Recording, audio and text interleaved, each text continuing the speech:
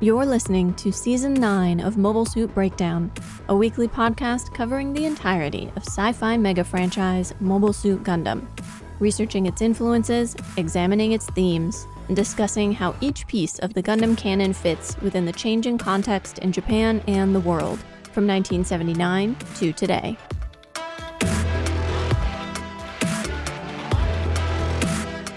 This is episode 9.2, War Fantasy, 0083 Stardust Memory and the Kaku Senki genre. And we are your hosts. I'm Tom, a Gundam fan. And I'm Nina, certainly not new to Gundam anymore, but somehow still keeping my perspective fresh. Mobile Suit Breakdown is made possible by 698 patrons and subscribers. Thank you all, and special thanks to our newest supporters, Charlotte C., Biximus Maximus, Executive Koala, Catherine M., and Miserix. You keep us Genki. Listener support is what keeps the lights on, the Gundam takes flowing, and the two of us toiling away. If you enjoy this podcast, consider supporting us today by becoming a subscriber on Patreon, making a one-time payment on Ko-fi, buying us research materials from our wish list, or reviewing us wherever you listen to podcasts. Links to all of the different ways to support us are on our website, GundamPodcast.com/support.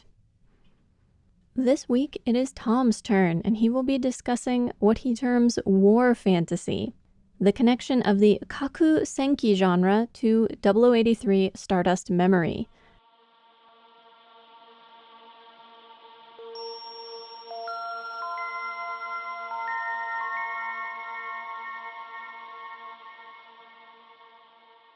Kaku Senki is the name for a genre of Japanese fiction which exists somewhere on the periphery of what we would call sci-fi, with different Kaku Senki works fitting more or less within those confines. The term literally means fictitious war chronicle, but in practice it refers to alternate history versions of real wars. Alternate histories of the wars of the Sengoku period are popular, for example. By far, the most popular setting for Kaku Senki is the Pacific theater of World War II. For reasons that may already be obvious just from that brief description, Kaku Senki has not enjoyed much popularity outside of Japan. The genre's most prominent exemplar, Konpeki no Kantai, received an anime adaptation back in the 90s, along with several spin-offs, but none of them have ever been officially translated. The anime Strike Witches, about cute girls who are also planes fighting an alien invasion during World War II, is probably the most internationally palatable example, and it's not exactly typical of the genre. The Kaku Senki Moe wing has done all right. There's the tanks one, there's the recent one where dragons are disguised as jet planes, or maybe dragons are jet planes. There's a really popular mobile game where all of the World War II battleships are cute girls. But anyway, we have seen Kaku Senki cross paths with Gundam before. The author, Baba Yoshihiro, credited as the songwriter behind Mori no Kuma-san, from which Zeta's Bolinoke Saman got its name, was a prolific Kaku Senki author, and the two are going to cross paths again. Fukui Harutoshi, the writer behind Gundam Unicorn and Gundam Narrative, started his career writing award-winning Kaku Senki novels. Stardust Memory was made during the heyday of Kaku Senki, and is imbued with many of that genre's characteristics. One of its writers, Takahashi Ryosuke, would start writing the screenplay for the Konpeki no Kantai anime adaptation less than a year later. It is my belief that 0083 was deeply influenced by Kaku Senki literature. It plays on the same themes, it emphasizes the same elements, and it satisfies the same appetites. But to really explain this, I have to start with where the Kaku Senki genre came from. Released in 1974, space battleship Yamato opens with the Earth in severe peril. A hostile alien empire has bombarded the planet's surface with meteors, forcing the surviving human population into underground cities. We see a sequence of cities and buildings being annihilated, and a mushroom cloud rises into the sky. Radiation is on the verge of contaminating the underground cities. All seems lost, until a message arrives from the friendly people of the distant Iskandar system. They have a technology that can save Earth, but they don't deliver. Someone from Earth is going to need to come and pick it up. It's kind of a space Craigslist situation. The only spaceship capable of making the 148,000 light-year journey is the ancient and massive ruin of the Imperial Japanese Navy's Yamato, sunk in battle just before the end of the Pacific War, left to rust on the seabed, and now retrofitted as a mighty space battleship. Under the command of a veteran captain with the best crew Earth can muster, and capable of faster-than-light travel thanks to a wave-motion engine, the old Hulk rises again, shiny and new, and ready to save us all. In Episode 2, a squadron of enemy fighters bombard the Yamato with missiles while it tries to launch from its hiding place. After it drives them off, the audience is treated to a flashback to April 7th, 1945, Operation Heaven 1, the last sortie of the old battleship. On March 29th of that year, with American forces bombarding the defenses on Okinawa and Marines already landing on the outlying islands, the Yamato was ordered to make a suicide attack against the American fleet, to destroy as many troop transports as possible. If she survived, she and her small flotilla of escorts were to beach themselves and join the army on shore, where they would all fight to the last man. Escorted by a single light cruiser and 8 destroyers, the Yamato was issued only enough fuel for a one-way trip. Morale among the sailors was abysmal. The captains of the escort fleet, first learning about the mission the day before they were to depart, protested that it was stupid, doomed to fail, and a waste of resources that would be better used raiding American supply lines. Among these was Hara Tameichi, now captain of the escort cruiser Yahagi. When the war started, he was the captain of one of Japan's 68 destroyers, and he would be the only one of those original destroyer captains to survive the war. He described this mission as being like throwing an egg at a rock. In the anime, though, a father and son in a small fishing boat see the Yamato and its task force on the way to their final battle. As they sail by, the father tells his son that the Yamato represents the strength of Japan. Yamato, after all, is another name for Japan itself. The sequence is drawn in a realist style deeply uncharacteristic of the rest of the show, and dubbed with a documentary-style voiceover, reporting to the audience that at 7:04 a.m., April 7th, the Yamato Task Force was engaged by a massive force of U.S. planes. These planes, TBF Avengers, drawn with meticulous attention to detail, come in low, skimming the water to release their torpedo payloads. The Yamato returns fire, blasting planes apart, but it is hit and hit again. The captain orders his crew to abandon ship, but at around 3 p.m. the Yamato finally sinks, taking 3,000 crewmen with it. As it slips under the waves, we see an American pilot salute. This sequence is not strictly accurate. The battle was much shorter. American aircraft didn't make contact with the Yamato until about 20 minutes after noon, and the ship sank before 2:30. The attack force was smaller, and the Avenger torpedo bombers that feature so prominently in the show made up only one small part of it. The order to abandon ship was given after the Yamato had already begun to capsize, only 18 minutes before the ship sank completely. Almost no one was actually able to escape. And the ship was torn apart by a massive explosion after it capsized, although the full extent of the damage from that explosion wouldn't be confirmed until many years after Space Battleship Yamato aired. The flashback, drawn by Tomonaga Kazuhide and inspired by the film The Battle of Britain, was originally set to the tune of an old military marching anthem. Chief Director Matsumoto Leiji only learned about this after the dubbing was finished, and he objected strongly, thinking that it would send the wrong message. Using the Yamato itself was already a touchy subject. It was a political lightning rod, especially for the older generation. Everyone on the staff understood that they had to tread carefully to avoid looking like right-wing nationalist extremists. They had already taken pains within the animation itself to avoid ever depicting the old Imperial war flag, another sore point. Matsumoto said that he would quit the project unless the military march was removed, but they were only 3 or 4 days away from broadcast at this point. They had to scramble. In the end, they were able to make a new print and managed to get it to the networks on time. except for one station in Niigata Prefecture. The traffic on the roads was bad, and they couldn't get the physical print there in time. Their concern was understandable, and despite their caution, Space Battleship Yamato has never entirely escaped accusations that it is nationalist propaganda in disguise. The theming is not exactly subtle. The meteor bombardment evokes the conventional and atomic bombings of Japanese cities. The whole Earth is backed into a corner, just as Japan was in 1945. The rest of the world is helpless. From Beijing and Paris to Moscow, New York, and Rio de Janeiro, all we hear is despair. Only Japan can save the day, and to do it, they must resurrect a symbol of Japan's imperial glory. Yamato the nation and Yamato the battleship both rise to the challenge of one more desperate Hail Mary kind of mission.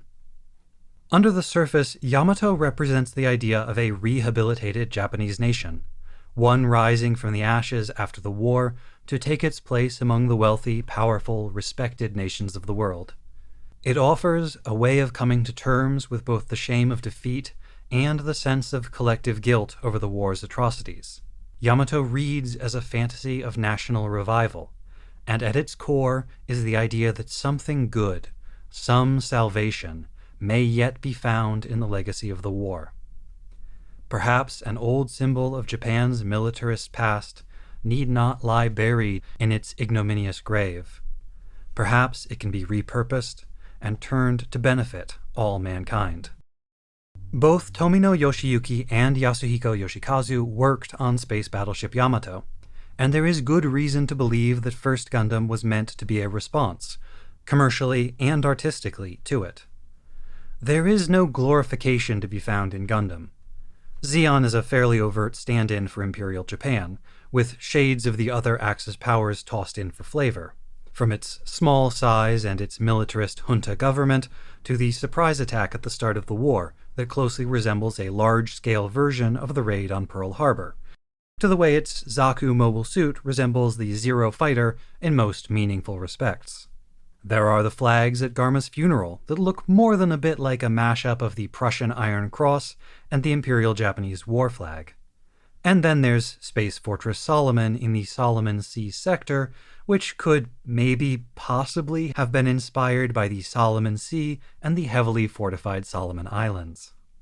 The other colonies, conquered or destroyed by Zeon forces in the opening phases of the war, make a neat match for the other Asian and Pacific Island countries seized by the Empire, going all the way back to 1895. Tomino's novels go even further. The poison gas attacks on civilians in the opening phases of the war described therein were almost certainly inspired by stories he heard from his army engineer father about chemical and biological weapons used by Imperial Army units in China. These two perspectives, one glorifying the stoic heroism of soldiers laying down their lives in a doomed mission, and the other criticizing the cruel and selfish arrogance that doomed those men in the first place, are characteristic of the discourse about the Pacific War that proliferated in the decades following Japan's surrender. That both are done through the medium of a fictional war setting, one that mostly functions as a backdrop for heroic adventure stories, is typical of the 1970s. Immediately after the war, especially during the American occupation from 1945 to 1952, there was a mass outpouring of raw, cathartic, autobiographical works about the untold horrors of the war years. Books like Shinku Chitai, Zone of Emptiness, by Noma Hiroshi, which analogized the soldier's life to suffocation in an airless vacuum, or Imuparu, Imphal, by Takagi Toshiru, which exposed the vaunted military as an incompetent, self-destructive, and disastrously mismanaged shambles. Many of these books were adapted for film, along with a bevy of other movies critical of the war and the old regime. I used the word untold earlier because the militarist regime before and during the war had effectively suppressed basically all critical voices. The only meaningful political disputes were between different factions within the ultranationalist coalition. This campaign of repression began at least as early as the 1910s, and by the mid-1930s, an estimated 95% of writers, even formerly avowed communists, publicly embraced the nationalist cause. Many did so after their colleague, novelist Kobayashi Takiji, was arrested and tortured to death by the police in 1933. That 95% figure is important because it helps to explain one of the major tensions in this post-war discourse. It was undeniable that the people of Japan, civilian and military alike, had suffered greatly due to the war. And yet, with very few exceptions, they had also participated in it, contributed to it, spoken publicly in its favor. If the people at home had been insulated from the reality of what was happening in the colonies or at the front, these were years of revelation. If they had justified these things as necessary sacrifices for the greater good of national victory, defeat shattered all of those excuses. The old social pillars of loyalty, obedience, self-sacrifice, and honor had proven not just hollow, but rotted to their core. And all that was left when they crumbled was a deep well of shame, rage, and guilt. How does a nation cope with that kind of collective guilt? Japan wrestled with that question openly for about a decade, but by the late 1950s, an implicit consensus formed that it was no longer acceptable to criticize the war or those who had participated in it. There needed to be a clean break with the past. A new narrative was developing that resolved the tension between the victimization and the complicity of the survivors. The Japanese people, collectively, had been the victims of the militarists, a class of villains responsible for all the crimes of the war era. These wartime villains ceased to be real people with names, faces, addresses, and families, and they became boogeymen, lurking in the shadows of history. The militarists were capital B bad, and they had done capital C crimes, but it would be distasteful to talk too much about who they were, what their crimes had been, or who had suffered the most because of them. At the same time, the memory of the war's events was gradually sanitized to emphasize the suffering of the Japanese people. Wartime deprivations, political repression, the American bombing campaign, the atomic bombings of Hiroshima and Nagasaki, the humiliating unconditional surrender, the American occupation, and the ensuing dependence on the United States for security. While these were emphasized, the empire's aggression, its racism, its treatment of prisoners of war, and the brutality of its colonial rule abroad did not fit into the new narrative. This framework continues to define depictions of and debates about the war today. Once you start looking for it, you will see it everywhere. There were many different forces pursuing this narrative. Nationalist political pressure groups emerging from their post-war hibernation and capitalizing on a general feeling that the families who had lost loved ones in the war had suffered enough certainly did play a role. But it was also politically expedient for the nation. It was expedient because by this point, many of the wartime leaders who had been purged from government positions during the early years of the U.S. occupation were now returning to power. If you went looking for the people who had run the bad old Japan, you would find an uncomfortable number of them running the good new Japan. If you scrutinized things too closely, you might find yourself asking some difficult questions about how a war criminal nicknamed the Monster of the Showa era for his brutal and hedonistic colony administration had just gotten himself elected prime minister. Kishi Nobusuke. Look him up. Or don't, you'll have a better day. At the same time, that is, the end of the 1950s and through the 60s, war reemerged as a theme for popular entertainment. War, stripped of overt political messaging and historical detail, came to function as a backdrop for exciting stories and blockbuster spectacles. Big-budget war films proliferated, released yearly on August 15th, the day of the surrender. In this environment, if you were making mass media and you wanted to talk about the war, you had to come at it sideways, the way Yamato and Gundam do. But before either of them, there was Atragon. Made by Godzilla director Honda Ishiro and released in 1963, Atragon is a science fiction film about a super advanced submarine built in secret after the end of the war by a rogue Imperial Navy officer, Captain Jinguji, who mutinied and went into hiding rather than surrender to the Allies. Jinguji and his submarine are called back into service when agents from the legendary undersea continent of Mu threaten to attack the surface world. In the course of the film, it is revealed that the Mu Empire once ruled the whole world before their continent sank beneath the waves, and now they intend to return and subjugate all the peoples of the world once again. They intend to make us their colony, the characters say with evident horror. A tacit acknowledgement, perhaps, of the brutal oppressions of Japan's own colonial regime. Only Jinguji's super-advanced submarine, the Gotengo, stands a chance against the Mu forces. Unfortunately, the captain is a die-hard nationalist holdout, hiding out on a remote island. He built the Gotengo for the sake of the Japanese Empire, and he doesn't recognize this new post-war world as one worth saving. Even his daughter and his old commanding officer fail to bring him around. When the other characters tell him that the world has changed, he spits back, "Then I'll change it again." Ultimately, he relents, and the Gotengo, capable of flying through the sky as easily as it sails underwater, swiftly defeats the technologically advanced but socially stagnated Mu forces. As their stricken undersea realm dies in a series of massive explosions, we see the young Mu Empress dive into the waves and begin swimming back toward her kingdom, doomed to die there. Jinguji tells the others to let her go. He, more than anyone, understands how she feels. It is a powerful message about the need to move on, the necessity of embracing a changing world. The people of Mu are a cautionary parable for those who stay trapped forever within dead dreams of imperial glory. They could have abandoned their continent before it sunk. They could have come to the surface peacefully at any time after that. They could have negotiated. But they never could give up on their dream of dominating all the other peoples of the world. Like Captain Jinguji, they hid and waited and built their deadly submarines because they believed that Mu would rise again. And it destroyed them. Honda has been explicit about his intent in creating the film. Quote, "There were some Japanese people who felt like Jinguji.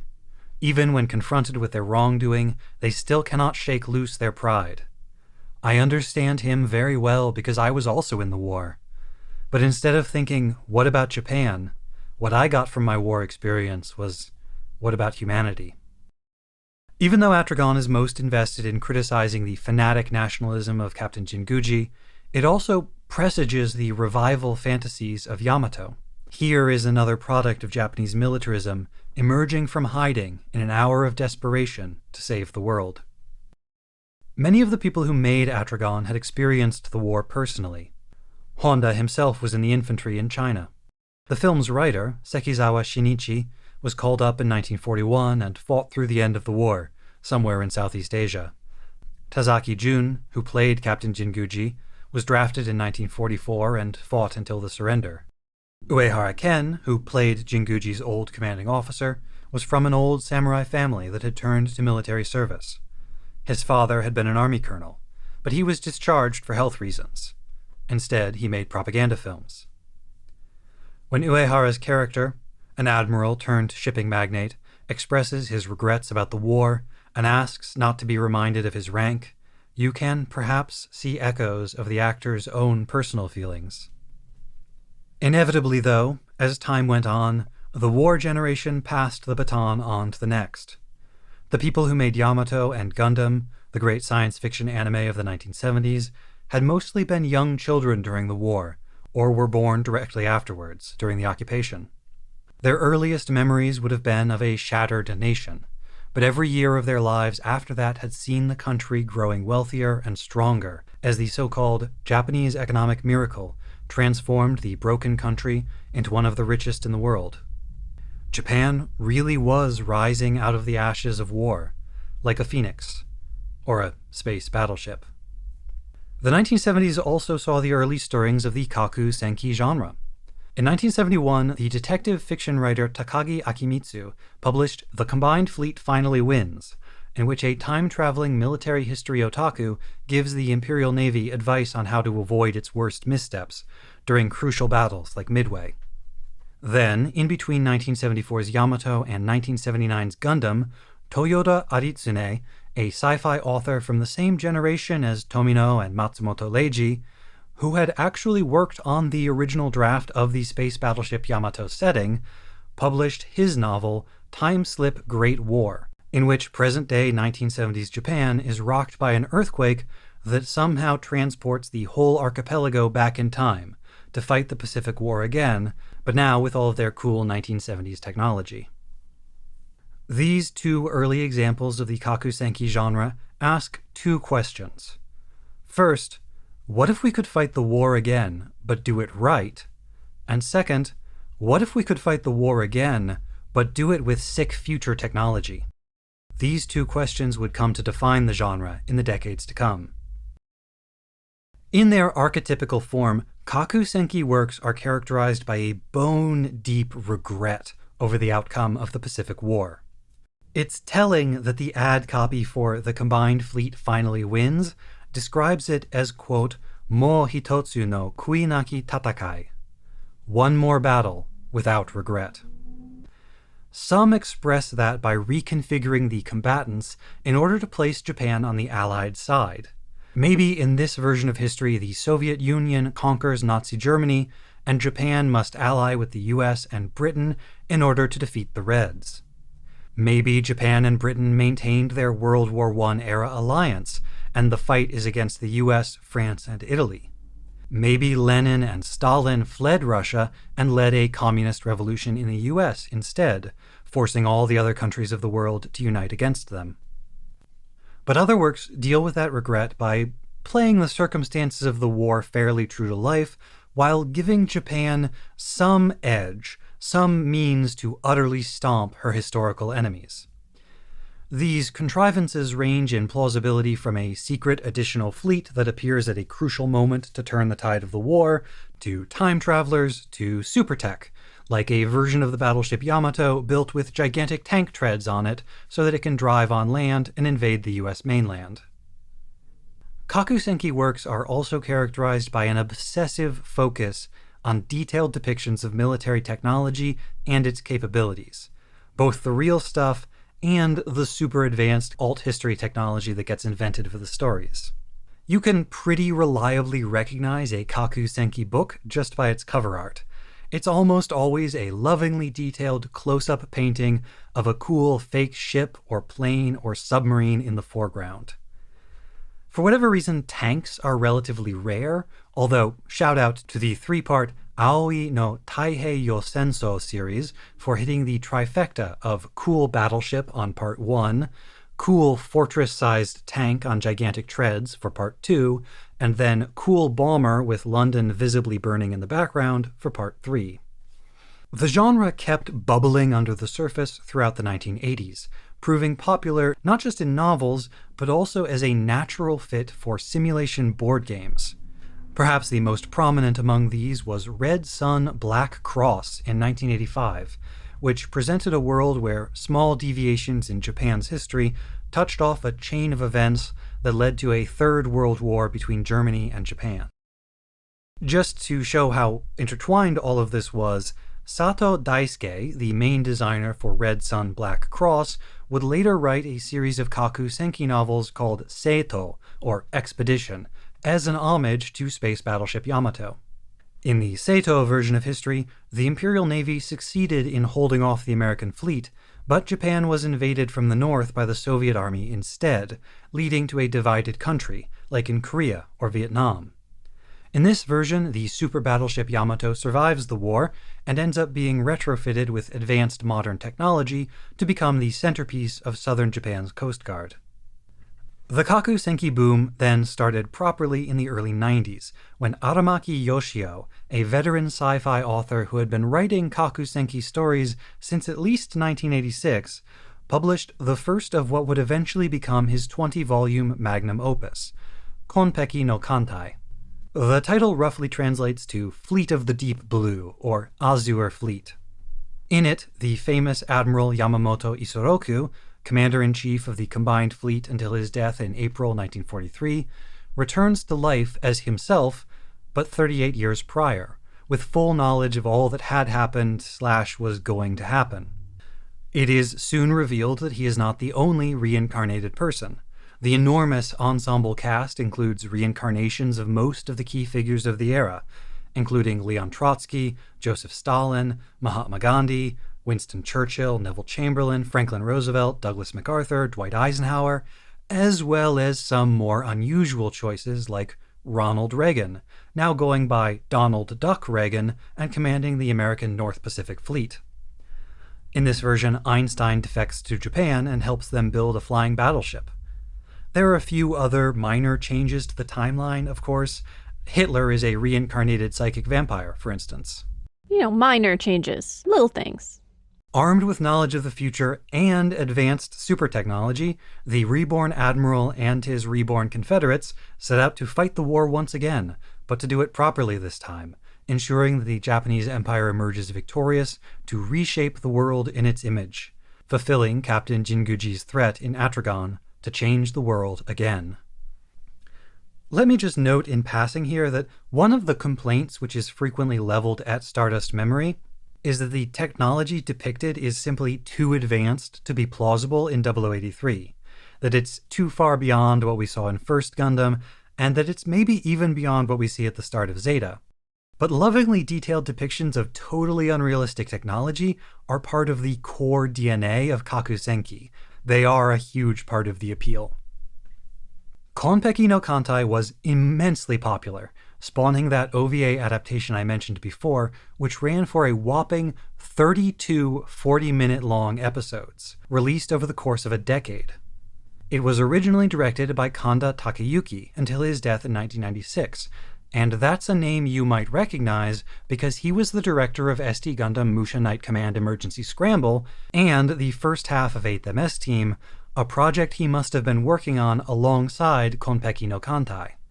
Sekita Osamu, a regular episode director on every TV Gundam anime from 1979 to 1993, plus Gundam Seed, was also a regular episode director for Konpeki no Kantai. In Stardust Memory, the Zeon characters are universally consumed by the same kind of regret over their defeat in the prior war that animates the whole Kakusenki genre. Gato's regret that he did not die honorably in battle alongside his comrades, Delaz's shame that he was defeated and allowed his beloved Supreme Commander Giranzabi to be killed, Kelly Leisner's mingled fury and anguish over the loss of his place in the world. The director Imanishi himself has said that Zeon, and especially Gato, are meant to represent Japan and its people in the aftermath of the war. Delaz himself is basically a Captain Jinguji figure, hiding out in the wilderness and waiting for his chance to revive the old empire. Instead of a super submarine, he has Gato, the stolen Unit 2, and its nuclear payload. Collectively, these characters' overriding desire is to fight the old battle anew, to cleanse themselves of shame and go into the next life without regrets. With no access to time-slip technology, that is the best they can do. Their actions in the show also hit on a couple of the classic revenge fantasies. The attack on the Naval Review gives Space Japan the opportunity to use a nuclear bomb against the space allies. By dropping the colony specifically on the breadbasket of North America, the Delaz fleet reverses the devastation Japan suffered during the American bombings. The colony drop also resembles and in some sense fulfills Japan's failed wartime effort to ignite forest fires in the US via incendiary balloons. The Zeon characters are also driven by disdain for the world that has been made during their self-imposed absence. They despise the quiescent Republic of Zeon, and Gato sees everything wrong with the new world embodied in this young ensign Uraki. Even though Zeon is constructed as Imperial Japan, and the Federation is a clear composite of the Allies, Ko is the most overtly Japanese protagonist we have had to date. His appearance was based on a member of the show's staff. Uraki is an actual, albeit somewhat rare, Japanese name, and Ko is a perfectly normal one. The rivalry between Gato and Ko, which ultimately transcends the Zeon Federation battle and constitutes the real core conflict in the show, is actually a battle between two visions of Japan, the old Imperial Japan and the modern. It's like an atragon. The first time one of the older characters says the word patriotism, the young woman he's addressing doesn't even recognize the word. Another describes the concept as being like rusty armor.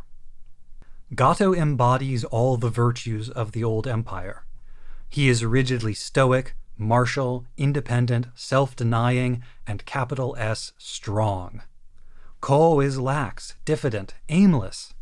Gato believes that peace, prosperity, and subordination to the international order of the Federation has made Ko capital W weak.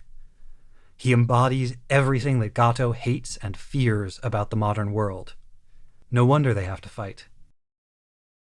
The first volume of Konpeki no Kantai came out in 1990, during the planning phase for Stardust Memory. The genre was booming by the time Stardust Memory wrapped up at the end of 1992. They were tapping into the same deep cultural currents, the same anxieties about Japan's past and its future. But Shima complicates the narrative, as she has done since she first swaggered into the story. Shima does not regret losing the war. Shima regrets the things that she did for Zeon. Shima wants to be included in the New World Order. She wants peace and prosperity. She wants a clean break from the past. But her own guilty conscience, her nightmares, won't let her escape. In Mayfly of Space, Stardust Memory does what most Kaku Senki avoids. It reminds the audience of something that no flying battleship or time travel contrivance can ever change. That monuments to imperial glory always rest uneasily, because they are built on a foundation of broken human beings.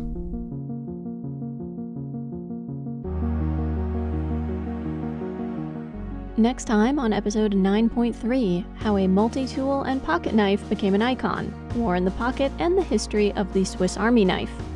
I make one more return journey to War in the Pocket to speculate about why a Swiss Army knife features so prominently in the eye catch. And what it might symbolize. In the meantime, stay Genki, folks.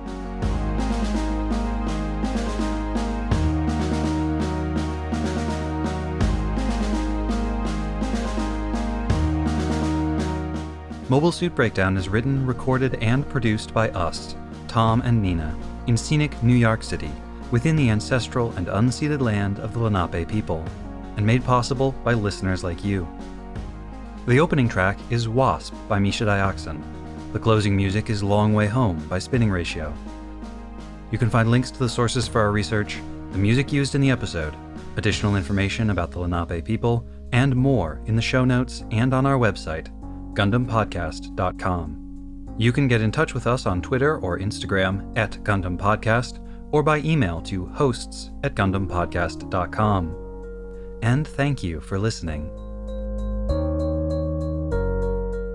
This week's rigorously researched Gundam fact comes from Luna, who notes that Garmazabi has 5 official fursonas. 2 different types of cat, 1 Chihuahua, 1 Shiba Inu, and 1 bird chick.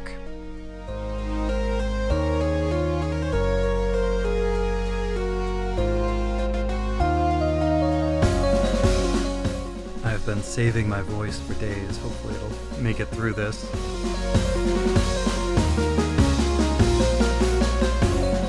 Oh, that's all you're gonna say. Hang on, just a second, sorry. And that's all I got this week.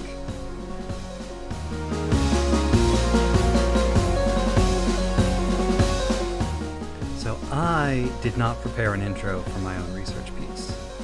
Well, I can just riff off of the title. Yeah.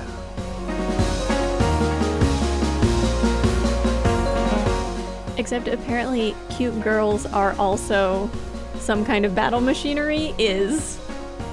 Yeah, that one is done pretty well.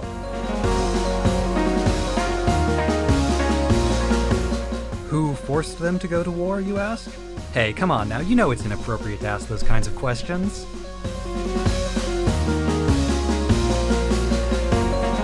Imanishi Takashi, with his strong interests in both science fiction and real-world military technology, was its precise target audience.